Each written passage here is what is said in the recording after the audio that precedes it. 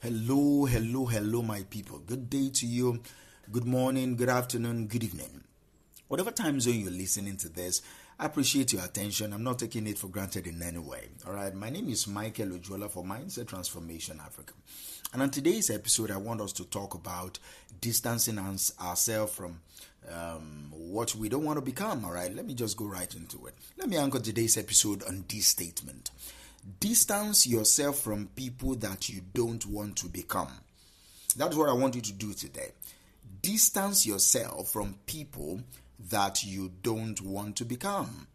People always say that you are the average of the 5 people you spend the most time with. I think this idea was popularized by Jim Rohn, one of the most a philosopher salesman, all right, one of the most important individual, important person in my life is Jim Rohn. You are the average of the 5 people that you spend the most of your time with. And this quote shows it summarizes the profound impact that our social circles have on our lives. The people around us can either lift us up, inspire us to be better, and support our growth, or they can drag us down. They can limit our potential, all right? They can negatively influence our behavior. They can negatively affect our mindset. So today, we will talk about why it's crucial to distance yourself from people who do not align with the person you want to become. All right, you distance yourself from them. How do you identify these individuals? How do you build a positive, supportive, and network that pushes you towards your goal? Those are the things that I think we'll talk about in the next 7 minutes thereabout. So let's talk about understanding why people we surround ourselves with matter so much. Humans are social creatures, all right? We are influenced by those around us. Often, in subtle ways, you won't know that their habits are rubbing off on you until one day you are acting like them. You won't know because most of us are not conscious of how we behave. Our families, our friends, our colleagues at work, they shape our attitude. Some of you talk trash because people around you talk trash, not because you started talking trash, all right? Some of us change the way we smile, the way we laugh out loud and all that based on the circle that we face. Some of us started drinking, started smoking because of the people that we move with. Do you understand? Both good and bad habits happen by these influences. Our friends, family, colleagues shape our attitude. They shape our belief system. They shape our behaviors over time. They affect our self-esteem. They affect our motivation. They affect our mental health. See, this influence can be positive or negative. I said it before. Depending on the nature of our relationships, this influence can be positive or negative. And as they are influencing you, you too, you are influencing them. All right? But I just prefer that you influence them rather than you allow them to influence you. See, positively now, not negatively, all right?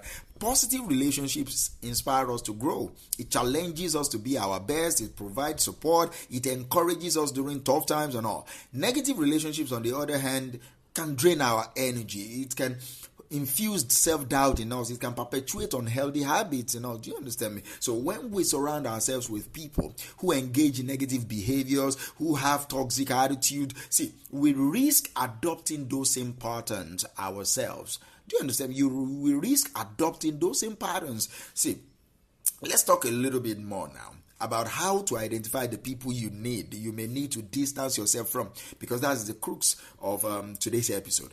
It's not always easy, because that person might be so close to you like the nerves and the muscle on your neck. Do you understand me? Especially when it involves long relationships, like I said before, like family, like loved ones and all that. However, it is a crucial step for you to protect your emotional well-being, your mental health, for you to set up yourself for success. There are some people that you have to distance yourself from.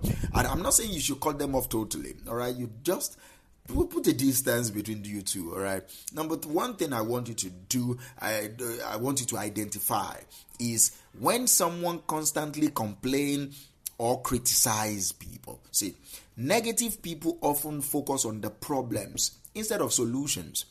That's why they focus on the problem, because that's what they gossip about. That's what they talk about. All right. They complain about their circumstances, even when on the average they are doing well.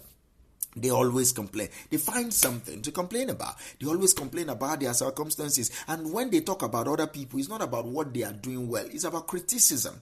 They always find fault in what people are doing in people's character. They criticize people. They really express gratitude. They really shows positivity. Do you understand? They really express gratitude or show positivity. So you need to watch out for those signs. When someone constantly complains or criticizes, that is a sign of negative influence that you need to distance yourself away from. All right. When they discourage your goals, whenever you share your goals with them, and the first thing they tell you is, I don't think that will work in Nigeria. I don't think that will work in Ghana. I don't think that will work in Africa. Our environment. I don't think. Do you understand? They discourage your goals. If someone regularly dismisses your dreams, all right, not that they are demanding that, you can do it, but these are the actions you are taking, it should be better. No, those are good people.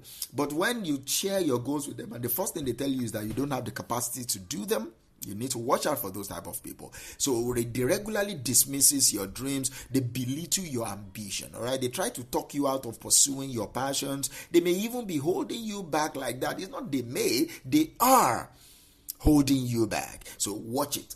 All right. Watch those people. I'm not saying you should cut them off. Give them distance. Give them space.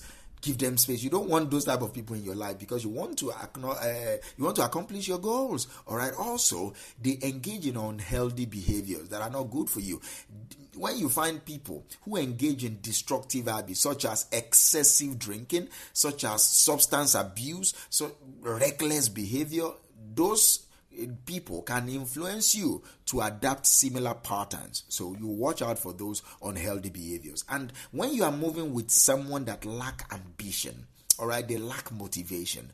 See, you need to watch out for those people. If your social circle lacks drive, they lack ambition, it can be very challenging, all right, to stay motivated around those people, to stay focused on your goals around them. It will be very difficult. It will be a challenging thing to do. So watch out for those people. And finally, whenever you are around them, you feel drained.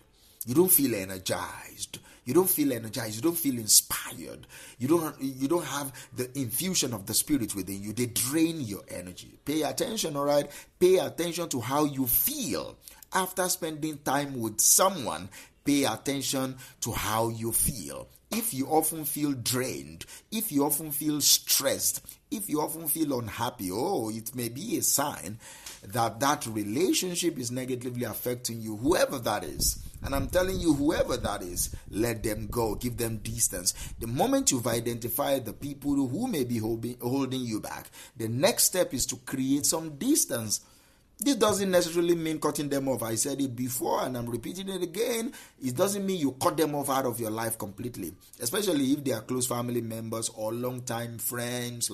Do not cut them off totally, all right? It's about setting boundaries. You just set boundaries and you prioritize your own well-being. You set boundaries and you prioritize your own well-being, all right? I've done this. I'm still doing it, so I'm not encouraging you to do what I don't do. So do you understand me? There are some people that we have distance now because I just don't vibe with their energy anymore like before. So I think our path is going in different direction. All right, so these are the ways you can do it. Number one, you limit your interactions with them. Spend less time with people who drain your energy or discourage your goals, all right? And number two, you set boundaries.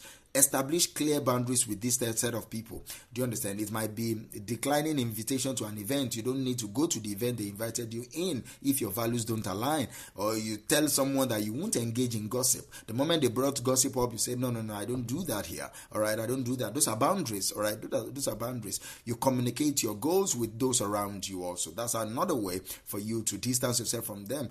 People are not aware of how their behavior affects you, so you tell them. Communicate your objective. These are the things I want for my life. The moment you keep doing this, we won't be friends for a long time. Just tell them. Sometimes I don't.